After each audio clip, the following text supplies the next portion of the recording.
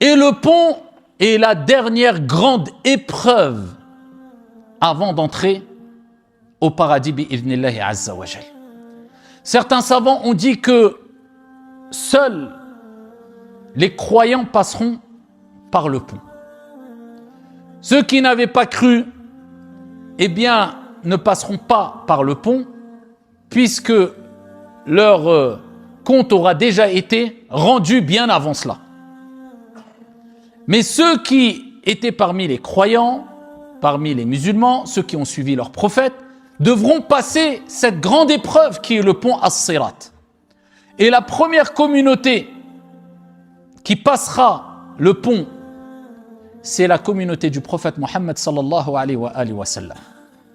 Et le pont, comme l'a décrit le prophète alayhi salatu wa sallam, il est fin comme la lame de l'épée, dangereux et glissant.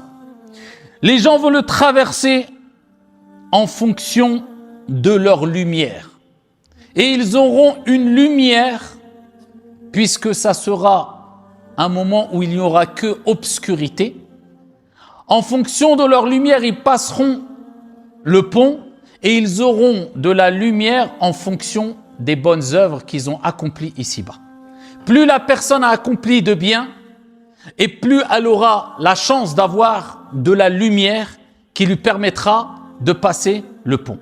Et moins elle aura accompli de bien, et moins elle aura de lumière, jusqu'à ce que certaines personnes n'auront plus aucune lumière. Et le prophète alayhi salatu wa salam, dans différents hadiths, il nous rappelle que les gens passeront le pont à une vitesse qui correspondra encore une fois à leurs œuvres. Certains passeront le pont dans un hadith comme une étoile filante, dans une version comme un éclair. D'autres passeront le pont comme le vent. D'autres passeront le pont en courant. D'autres en trottinant. D'autres en rampant, selon encore une fois leurs actions. Mais ce qui est le plus terrible, c'est que le pont sera au-dessus de l'enfer. Et Allah Azza wa Jalla l'a rappelé quand il dit dans le Coran « Wa im minkum illa wariduha » Il n'y aura personne qui ne passera pas par le pont. « Kana ala rabbika hatman maqdiya » C'est une sentence irrévocable de la part de ton Seigneur. Et ô combien sont les compagnons qui ont pleuré quand ils lisaient ce verset coranique, parce qu'ils se disaient, ça veut dire qu'on va voir quelque part l'enfer. Et donc, on devra passer ce pont-là, tout en sachant que de chaque côté de ce pont, il y aura d'un côté les liens de parenté, silatul rahim, et de l'autre côté, al-amana, le dépôt. Et les prophètes seront présents et diront Allahumma sallim sallim, Allahumma sallim sallim. Oh Allah, préserve, oh Allah, préserve. Ils souhaiteront que leur communauté soit sauvée. Et chacun, comme j'ai dit précédemment, selon ses actions. Celui qui a été ferme ici-bas, sur la droiture, sera ferme au jour de la résurrection, lors de cette dernière épreuve sur le pont. Et en plus de toutes ces difficultés, il y aura à droite et à gauche, il y aura les liens de parenté et al-amana. Pourquoi ? Parce que les liens de parenté réclameront leurs droits. Et al-amana réclamera son droit aussi, le dépôt. Tout en sachant que sur le pont, comme le prophète alayhi salatu wa salam a dit, il y aura des crochets.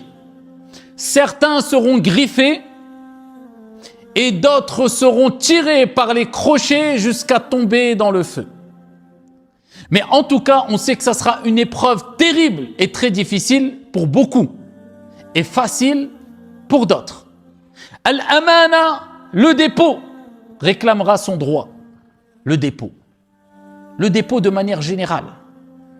Les actes d'adoration, les responsabilités, les engagements, les paroles, tout ce qui concerne les dépôts. Et silatul rahim, les liens de parenté. Ils réclameront leur dû, leur droit. Est-ce que tu as préservé les liens de parenté?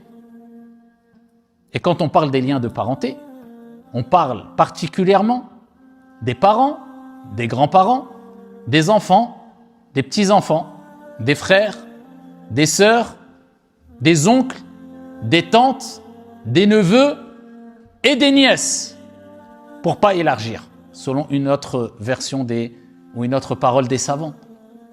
Est-ce que tu as coupé les liens de parenté avec quelqu'un? Oui, mais lui a coupé les liens. Mais le prophète alayhi salatu wassalam a rappelé que garder les liens de parenté, préserver les liens de parenté, ce n'est pas rendre l'appareil, c'est-à-dire de réagir en bien envers celui qui est déjà bien avec toi parmi ta famille ou ceux de ta famille.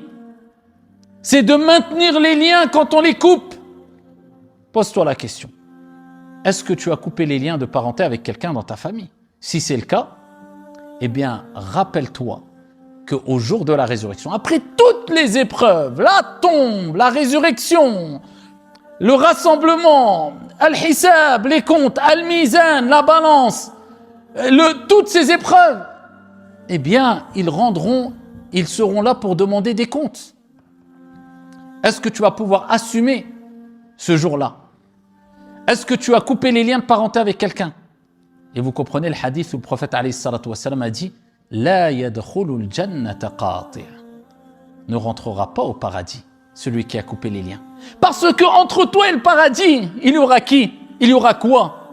Silatul rahim. Les liens de parenté. Et ensuite, si tu as passé toutes ces étapes, c'est le paradis bi'idhnillahi azza wa jal.